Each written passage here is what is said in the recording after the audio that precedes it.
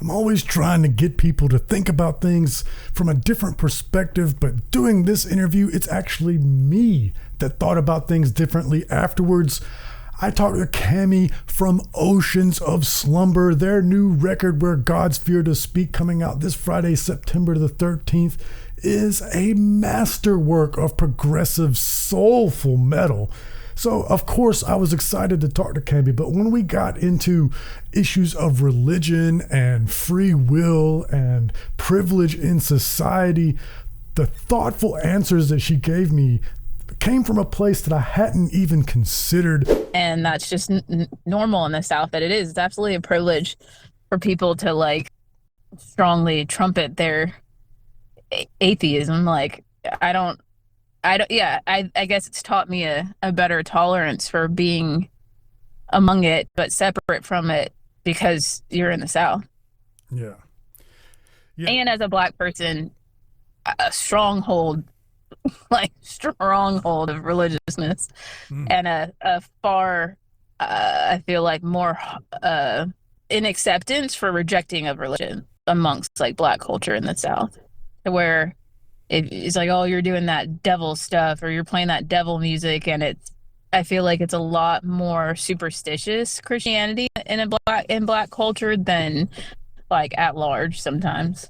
And for many weeks after I recorded this, I just sat down and thought about it.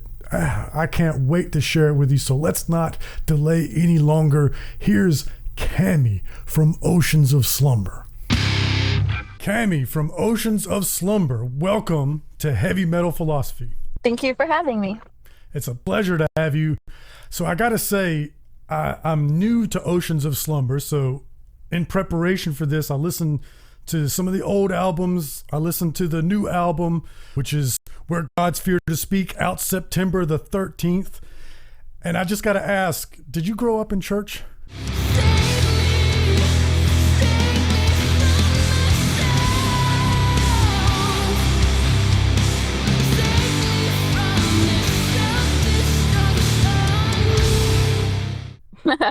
I did. I grew up very religious. I can hear it. I'm in Georgia, and so I also grew up in the church, and I can hear that gospel in there, and I was immediately brought home. Oh, that's awesome. Yeah, I feel like it just has, it will always have its bass strings in me.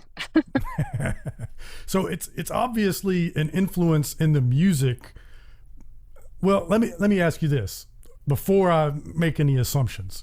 So you grew up in the church and now you're in an extreme metal band. Was that a hard transition? Did that cause any issues for you?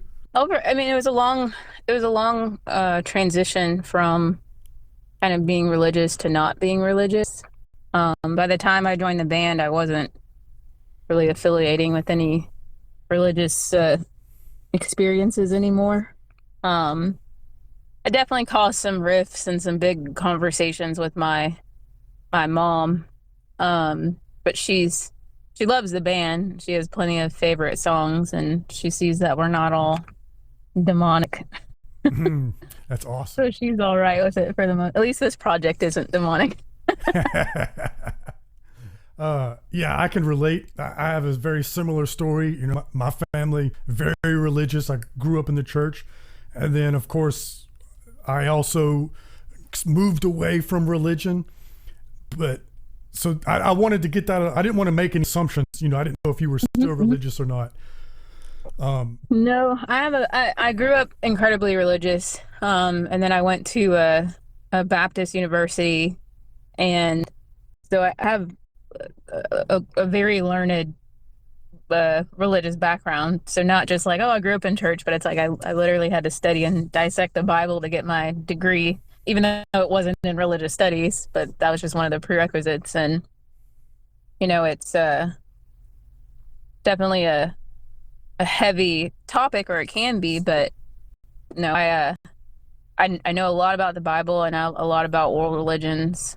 I know a lot about philosophies and things, and I'm always open to conversation and things with people, but I'm not a fan of organized religion itself, in most its parts. And then I don't practice or go anywhere and and pay my tithe. So Well, this is exciting because this is not only a metal show, but also a philosophy show, hence the name Heavy Metal Philosophy. So I want to get into that. So I can really relate to that too, because I didn't go to seminary or anything, but when I was in the church, there was this competition group that I was a part of called the Bible Drills, and we would go to different churches all across the Southeast and compete in our knowledge of the Bible. So I had to have more than just a cursory understanding. And even amongst the true believers, I find that there's a big difference between more scholarly believers and just, I don't know what the term for it would be. Faith-based believers. Yes. That verse, lean not on thine own understanding, takes on a whole new meaning. Right. Oh, for sure. I think that it's where I fall out the most is, I guess, with like faith-based believers, because I mean, the Bible itself and any religious doctrine itself, it is a phenomenon that it's lasted this long, that it's infused itself so dramatically in different cultures and societies. Like that's definitely something worth studying. So I agree there. Like, scholarly religious people are very different from faith-based religious people, because you'll have people who are trumpeting and shouting their beliefs, and they're not even based on your version of the Bible. It's like, that's not even what your Bible says or what your religious doctrine says, and yet here you are, you know, spewing your beliefs and taking charge against people. And I think that faith-based anything is very precarious, because then you're just falling on a hopeful ignorance versus just finding out information. Exactly. And once you learn the historical and practical reasons why certain laws or beliefs are held, it changes, the zeal that you have for it. Oh yeah, absolutely. That a lot of things weren't based on the good of people. It's a control system. It's a controlling book, and it's a wonderfully insidious way of infiltrating people's minds and outlooks in a way that they want to be controlled. And so it's quite the device. So I definitely heard the gospel influence on the music, and so obviously you grew up with it and it's a part of the music, but I wonder if you have a similar experience to me. So I left the church, and now, I very much have a knee-jerk reaction against almost any superstition now. I don't believe in ghosts or anything like that. But there's still certain parts of my religious upbringing that I carry with me. It wasn't all bad. There's a couple of things that I took value from. And then there's a few things where I'm like, I still haven't quite gotten over that. There are parts, I feel like, as I've stepped back from religion, I see the utility that it serves in other people's lives, and where superstitions and traditions and everything from like holidays to, prayers before food and things like that. Like, I see the utility that they serve in people's lives. I think that people benefit from having traditions, and they benefit from having rituals. And it all comes down to the motive and the understanding of why you're doing it. That, for the most part, because my mom's still very religious, she's a Jehovah's Witness, and she became a Jehovah's Witness when I was around like 8 or 9. But before that, my parents were in a cult, like a full Christian cult, and then it was like very extreme Christianity. And then once they left that and she became a Jehovah's Witness, it was my dad kind of dabbling in a lot of different Christian and general spiritual beliefs. And so, as I've married into like a normal American Christian family, and Dauber's not religious, but his family, they go to church, they celebrate Christmas and Easter, and growing up, I didn't celebrate those holidays, and Jehovah's Witnesses are against pagan-based holidays. And since getting with him and exploring a lot of pagan history and pagan religions, because you see the tradition and it's a very different motive behind pagan rituals and things pagans did versus what Christianity does. And I would say that, like, I I see the playfulness in certain traditions. Like I adore Christmas and Easter, but because of the ritual that my family has for how we do it. And I look forward to knowing those comforting times that are coming and the okay, we get this out and we decorate like this and Hallmark Channel comes on. It's like they're very playful and they're not, they're not traumatic or damaging or overtly religious. I guess it's more commercial Yeah. commercial Christianity, but you have your inter-family traditions and rituals, and those things can be comforting. And I don't feel like there's anything wrong with that. And certain families have their own superstitions that might be based loosely in something a great grandparent did or anything like that. I find the playfulness in that uh, welcoming.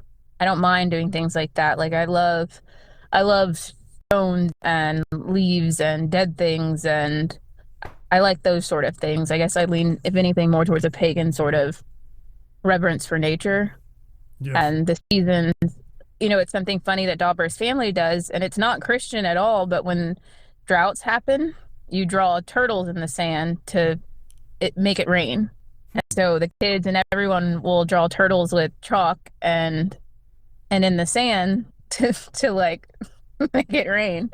And obviously it doesn't make it rain, but it's just a funny like superstition that they have that's very witchy to me. Yeah. Yeah. And I'm like, what?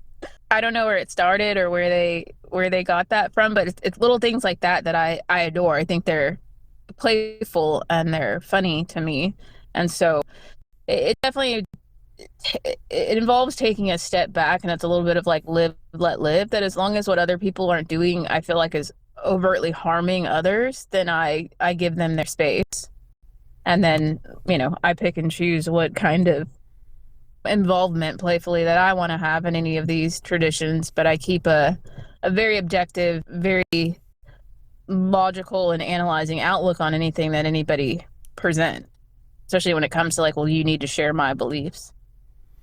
Yeah. You would definitely be accused of witchcraft back in the day if you were drawing Oh yeah, I'm symbols in the definitely, yeah. sand. Well, right. That I think it's so funny because they're all very Christian, and I was like, where did this come? Yeah. But lyrically is where I feel like I'm the most harsh with my beliefs and where I use where I use the strongest language and the most venomous tone, because when you wrap it up in a song, it's less of an attack and more of a aesthetic, I guess you could say. Yes. And so it allows me to share the more harsh realities of the experiences that I went through in a way that's safer, I guess you could say, for Yes. everyone involved. Yeah. So when I left religion, I did not become one of those angry atheists, and I never felt bitter. Well, that's not entirely true, but for the most part, I didn't feel bitter, and I definitely don't, like you say, I don't want to be harsh in my criticisms, and I see the utility in religion, but I think that comes from being a Southerner. Like I feel like it's a privilege that people in other parts of the country can be so harsh with their atheism. Like all of my neighbors are religious, most of my family is religious. I can't boycott fundamentalism down here. I would not be able to get any goods and services. I fully agree, and I know exactly what you mean. Whenever we go to New York and we hang out in Brooklyn, I feel like religious people are like crazy people. And the nuances and the normalization that you have in the South for religious things would seem extreme to someone from like New York. They would be like, this is crazy. And so I fully understand what your sentiment, because pretty much every coffee house here is like religious, and they're chains, minus like Starbucks. Right. But there's a smaller chain called Summer Moon, and there's another chain. Well, there's just any like private run coffee shop is almost always religious. There's like scriptures on the wall. There's a ton of Bible studies and things going on all the time. And that's just normal. And I have this dream of working in a coffee shop, but I'm like, I'm not gonna last 2 weeks there with all of the religiousness that's gonna be like around me.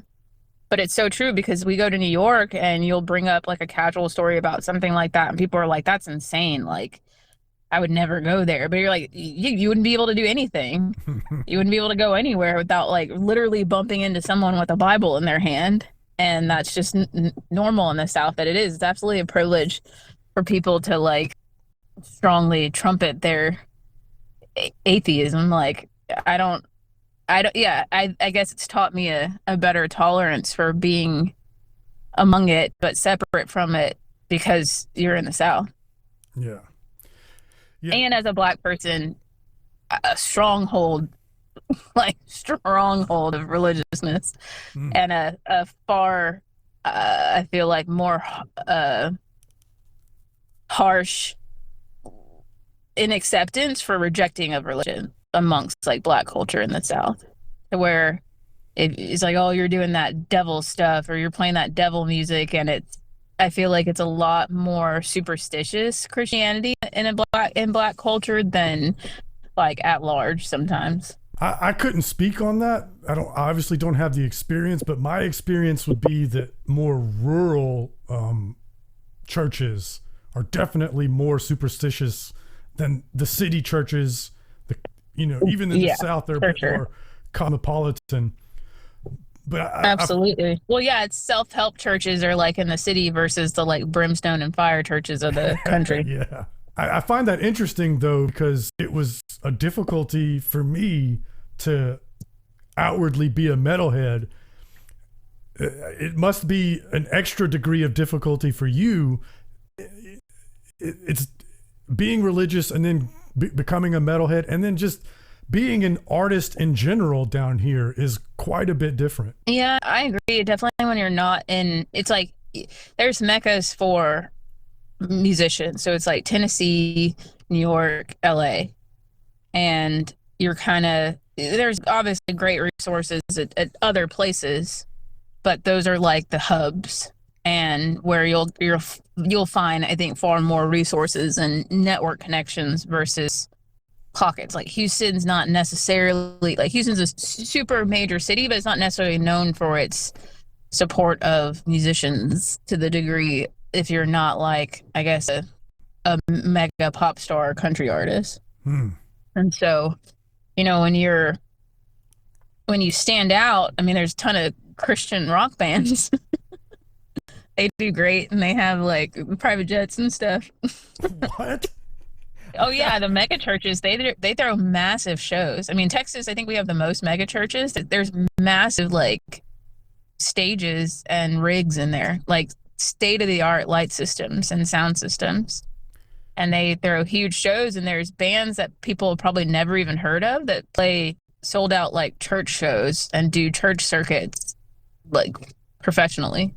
Wow, I didn't know that.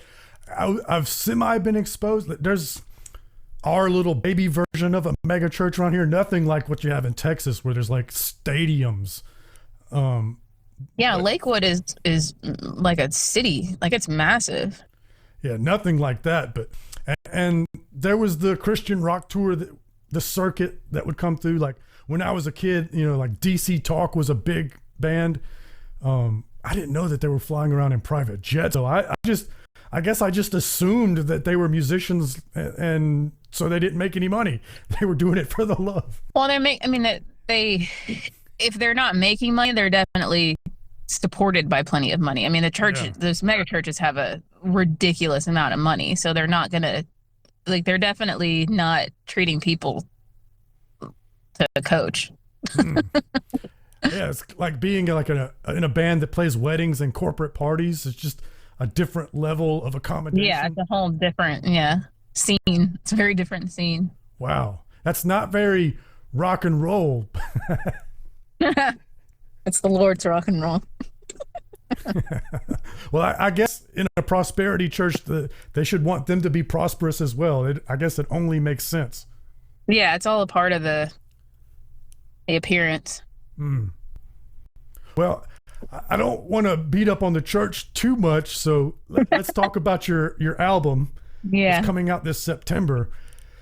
Correct me if I'm wrong, but I feel like y'all cranked up the heaviness just a little bit from this one, from the last record. Yes, we did. We definitely brought some heavier and wilder dynamics to this album. Something that we are always aiming to do is to outdo ourselves and get to that next level of expression. It's always a different conversation and a different experience for us when we create the albums. They come from wildly different places each time.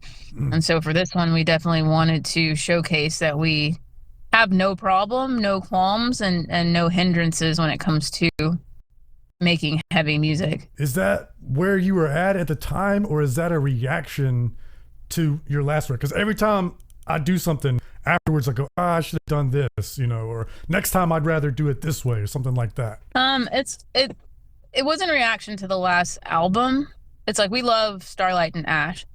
I think it was more of a reaction to other people's reaction to the last album, and not really the fans, but on an industry side of having done something that we felt was so rich, so intimate, so amazing, and then for it not to be as deeply understood as we would have liked it to be amongst like the industry professionals.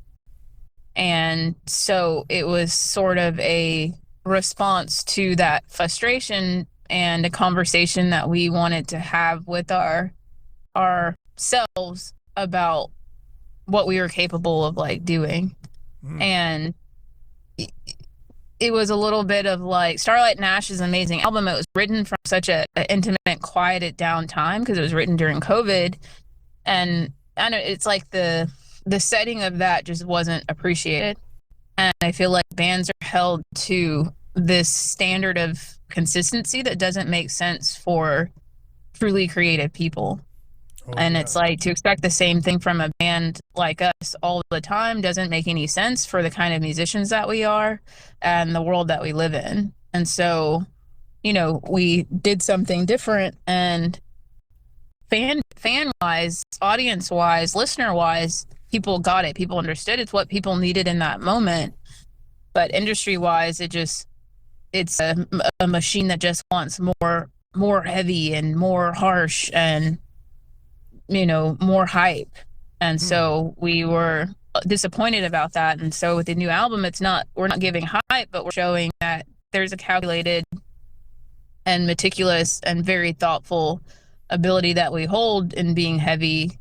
And, we're not to be doubted when it comes to that.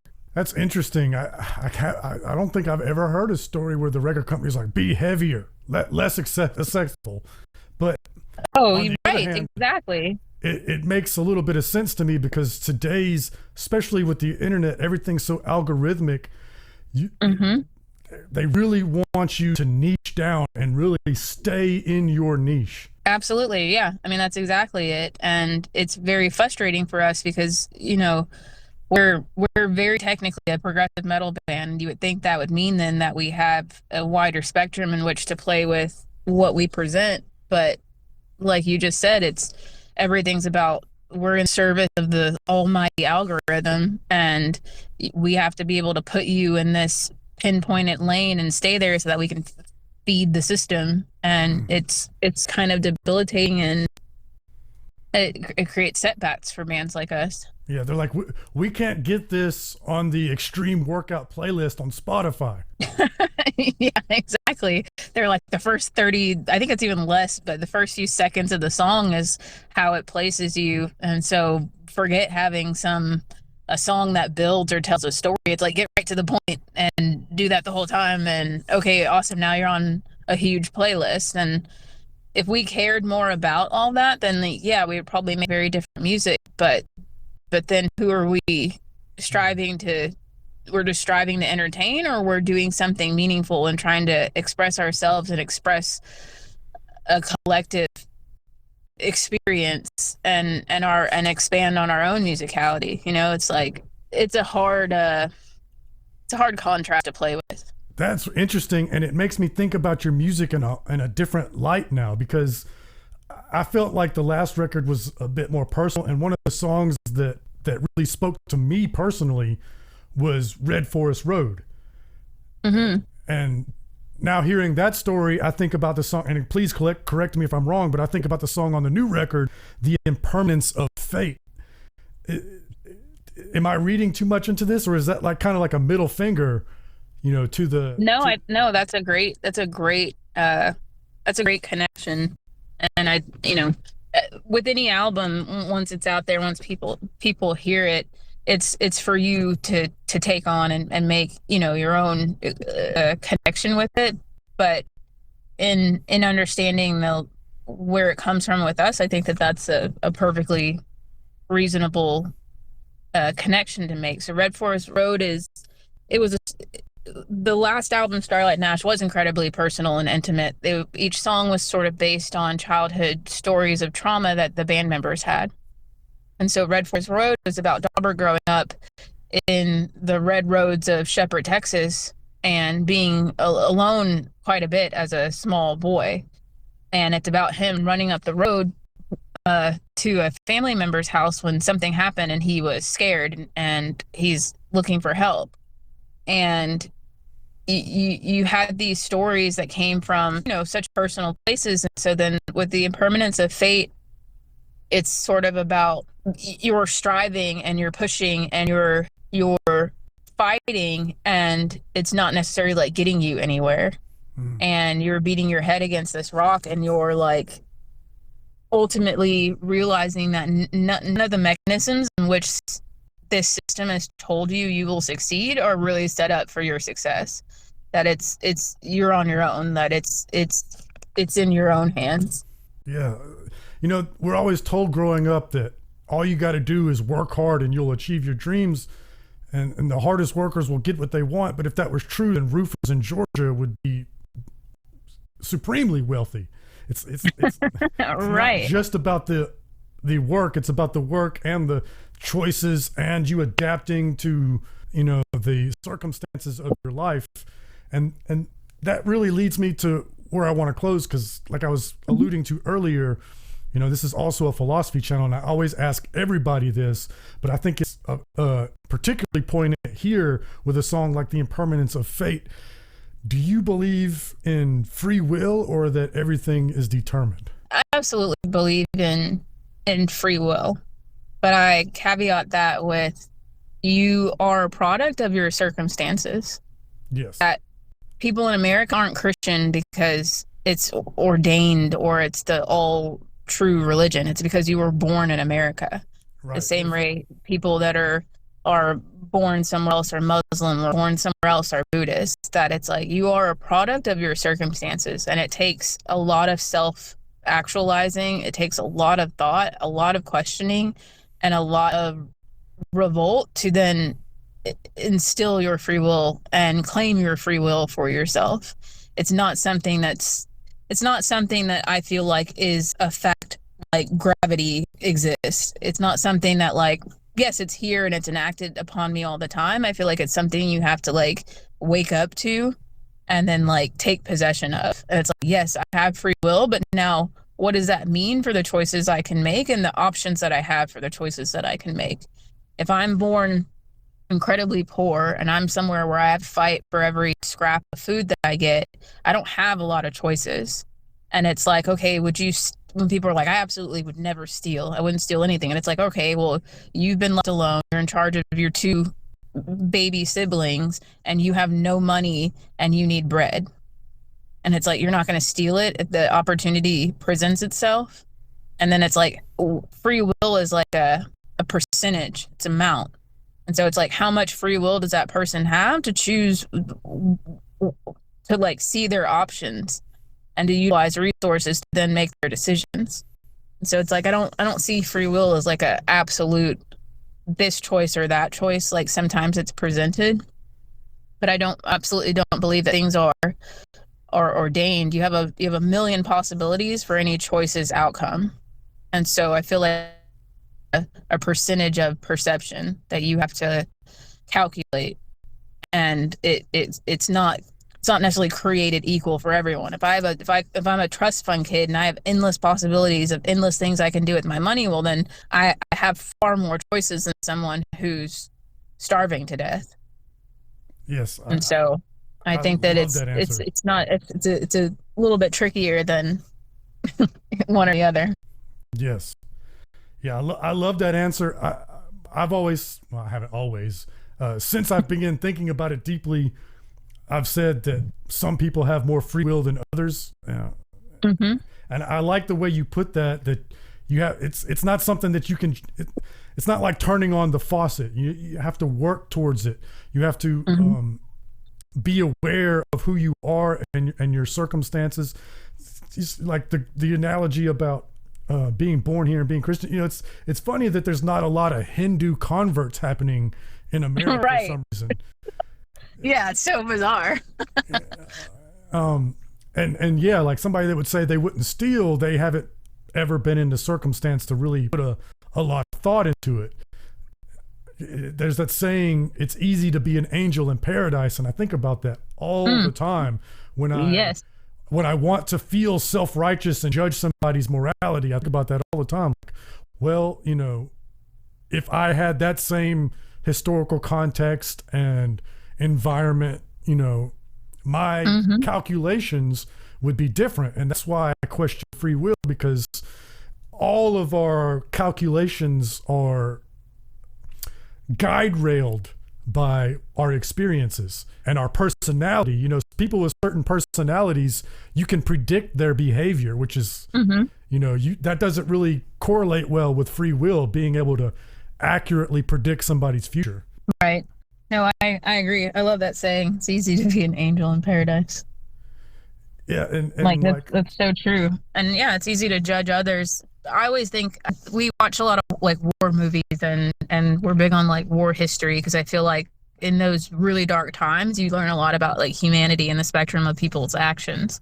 And I think about like the Wild West, that's my Roman Empire. Like I think about it all the time, to where I'm like, damn, like we really just came out of that. Like people were ruthless and insane, and we somehow became better people and a better society and civilization from like those absolute lunatics. And, you know, it kind of gives me hope when I feel like times are bad, like now when things come up, because I'm like, we've only gotten better. Like we really truly have. Like we've gotten better from the people that would just saw you and stabbed you, you know, like it spikes and dips. But I'm like, I try and think people innovate, and that means that like internally people do strive to be like less violent and more cohesive. And I try and like dwell on that and think on that. But you know, you can't it's easy to judge people, and it's easy to say, like you said, oh, I would never do that, when it's like you've never even you've never been pushed against the wall or had your back against the wall to see your way out of something like that. That I'm like, you know, this, if there's a post-apocalyptic fallout, I'm gonna be a very different person right in a month, when you know there's some gas left in a car that no one saw, or there's a grocery store and nobody's manning it, because you know, if money was useless, if all these things that you take for granted were useless, then yeah, what kind of person would you be? It's a very different question. Yeah. And so I think about that a lot, and I try not to judge people or look at their circumstances of where they're from and the choices that, because you can assume a lot of reasons why someone got somewhere, and that does not mean you will be anywhere close to right. And like I said, it's like I think about homeless people all the time, that something like 80% of kids in foster care end up homeless. So you're like, a good population of homeless people came from foster care and they just went to the street when they didn't have anywhere to go. And I'm going to judge them like, oh, they didn't get their life. Like they may never have had anyone that they thought loved them. And that's a truly heavy thing to think about. Yeah. And not take for granted. And it's like, could you imagine growing up and thinking like nobody loves you? There's nobody there for you. And it's just a system. You're just in an institute and then you're on your own in the world. It's like, that would make you a very different person too. Absolutely. To me, the ultimate privilege is having good parents. Yeah, absolutely. Like even a fraction of one good parent, because yeah, like I grew up in a very turbulent home, and I had a very precarious relationship and father figure, and even just having half of my family or half of my parental unit be disastrous has caused so much trauma and turmoil that it's like I have an amazing mom, and she would be a great mom for anybody, right? Like she's a, a pillar of great momness. And even with her being as strong and exemplary as she was, it it still doesn't outdo the trauma of a bad parent. Right. And so I can only imagine if you had two bad parents or one bad parent and no other parent, like you're just screwed. Like it shapes the rest of your life. You will spend the rest of your life trying to undo the first 12 years of your life. So I sympathize a lot with what people go through and the heartaches and traumas that people carry, whether they like realize it or not. But yeah, I feel like all to say backtrack, all of that encompasses to me when it comes to like, okay, well, free will, and that people I feel like mean to them that means like, well, that means you have the choice to do better, and it's like that's not necessarily true. Yeah, and I think about the impermanence of fate. I mean, fate is a hell of a foe to do battle against. Yeah. But yeah, absolutely. If you want what you want, you have no choice but to do that battle. Right. You have to question, and sometimes that means you have to constantly work against what everything else tells you is the way something is. And that's a lot that's far easier said than done. Absolutely. And it never ends. It's the right. That's Sisyphus right there, pushing that rock up the mountain. Yeah, absolutely. Well, Cammie, thank you so much. That was a brilliant conversation, and I'm definitely going to think about your answer to the free will question, because I think that's perfect. It's not something that you can just turn on like a faucet. I love the way you answered that, and I love the record.